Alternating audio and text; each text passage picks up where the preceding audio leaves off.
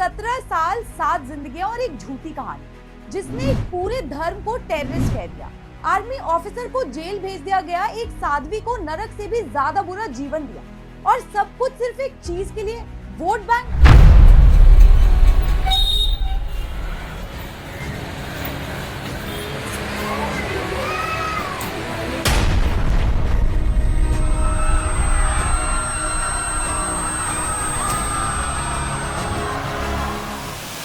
Welcome to this explosive episode of Bharatiya duty. आज हम expose करेंगे एक ऐसे पॉलिटिकल वेपन को जिसका नाम रखा गया था हिंदू टेरर, जिसे मीडिया ने बेचा भी और एजेंसीज ने एग्जीक्यूट भी किया, लेकिन आज सच आखिर जीत ही गया।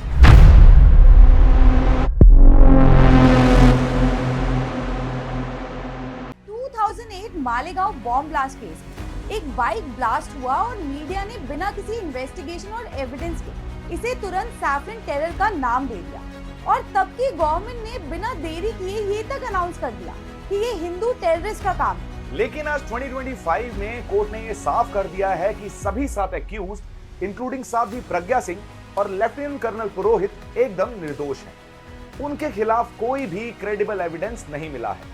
17 साल तक टॉर्चर झेलने के बाद फाइनली उन्हें न्याय मिला। धर्म की, सत्य की जीत होती ही है और सत्य की जीत हुई है। मैंने कहा था सत्यमेव जयते, सत्य कभी पराजित नहीं होता। लेकिन इस न्याय से पहले एक साध्वी के शरीर पर बिजली के झटके दिए गए, एक सैनिक को मेंटल ब्रेकडाउन के एज तक ले जाया गया। साध्वी प्रज्ञा के साथ एटीएस ने जो सुलूक किया उसे सोचकर ही दिल दहल जाता है। उन्हें मारा गया, फिजिकली टॉर्चर किया गया। और कर्नल पुरोहित एक आर्मी इंटेलिजेंस ऑफिसर जिन्होंने अपनी लाइफ में पता नहीं कितनी बार इस देश के लिए अपनी जान को जोखिम में डाला, और इस देश ने उन्हें क्या दिया?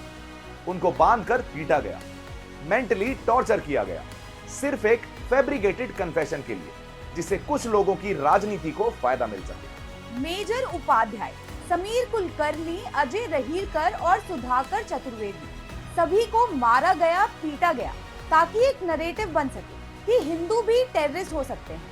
लेकिन ये इन्वेस्टिगेशन नहीं था, ये एक षड्यंत्र था जिसमें गवर्नमेंट ने इंडियन एजेंसीज को पॉलिटिकल टूल बना दिया था।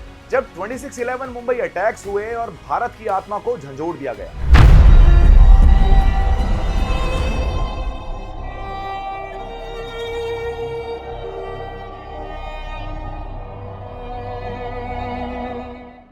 तब Congress leader Digvijay Singh so called intellectuals Mahesh Bhatt और अजीज बर्नी के साथ मिलकर एक किताब लॉन्च कर रहे थे। नाम था 26/11 आरएसएस की साजिश।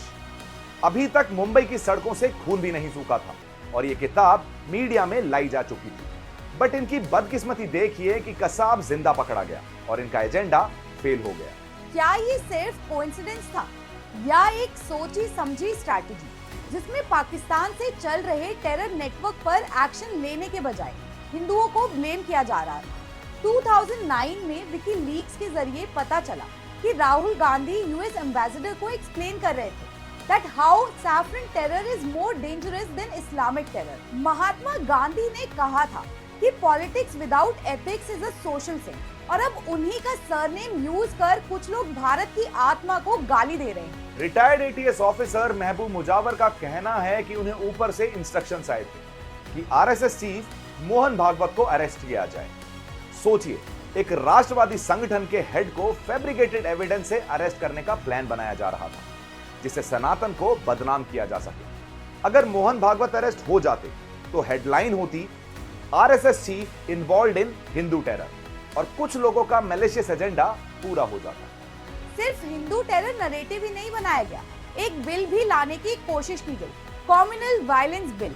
इस बिल के अकॉर्डिंग अगर कोई दंगा होता है तो उसकी जिम्मेदारी हिंदुओं की मानी जाएगी, चाहे गलती किसी की भी हो। ये लॉ अगर पास हो जाता तो साध्वी प्रज्ञा और पुरोहित जैसों को कोर्ट से पहले ही कन्विक्ट बना दिया जाता। हिंदुओं को फिर इंसाफ के लिए नहीं, सिस्टम के खिलाफ लड़ना पड़ता। एक तरफ सनातन को कल्प्रिट बनाया जा रहा है, लेकिन जब देश में असली टेरर फैल रहा होता है तब उन पर कोई केस नहीं होता, ना कोई प्रेस कॉन्फ्रेंस, ना कोई बुक लॉन्च। जब केरला, तमिलनाडु, कर्नाटका और बंगाल में आईएसआईएस और अलकायदा लिंक्ड रेडिकलाइज्ड यूथ पकड़े गए तो उन्हें टेररिस्ट नहीं बोला गया, बल्कि मिसगाइडेड यूथ बोला गया। लेकिन कर्नल पुरोहित और मेजर उपाध्याय जैसे राष्ट्रवादी लोगों को टेररिस्ट बनाकर जेल में डाल दिया गया, सिर्फ कुछ वोट्स के लिए। अपीजमेंट पॉलिटिक्स का इससे घिनौना चेहरा शायद ही कहीं आपको देखने को मिलेगा। वैसे देर से ही सही, पर जीत तो सच्चाई की ही हुई। और कुछ लोग जो आज राष्ट्रवादी बनने का ड्रामा कर रहे हैं, उनका चेहरा भी दुनिया के सामने आ चुका है। लेकिन साध्वी प्रज्ञा, कर्नल पुरोहित और बाकी लोगों ने जो अपमान सहा, क्या उसका न्याय कभी मिल पाएगा? जो लोग इस कॉन्स्पिरेसी के पीछे थे, क्या उन्हें कभी कोई सजा मिलेगी? इस देश में सिंपैथी भी सिलेक्टिव हो गई है। यहाँ सच एविडेंस देखकर नहीं, आपकी आइडेंटिटी देखकर तय किया जाता है। मालेगांव वर्डिक्ट सिर्फ एक कोर्ट ऑर्डर नहीं है, ये एक कन्फेशन है कि देश के अंदर एक ही धर्म को सिस्टमैटिकली टारगेट किया गया था।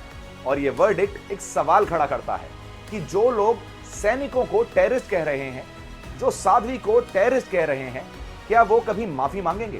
साध्वी प्रज्ञा ने वर्डिक्ट के बाद बोला कि भगवा की विजय हुई है और हमारा मानना है कि सत्य की विजय हुई है। धर्म की, सत्य की जीत होती ही है और सत्य की जीत हुई है। मैंने कहा था सत्यमेव जयते, सत्य कभी पराजित नहीं होता।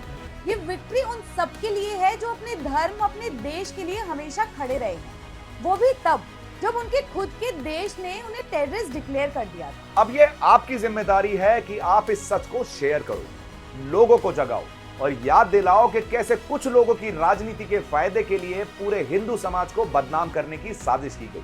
और हाँ, चैनल को सब्सक्राइब करना मत भूलना। जय हिंद, जय भारत।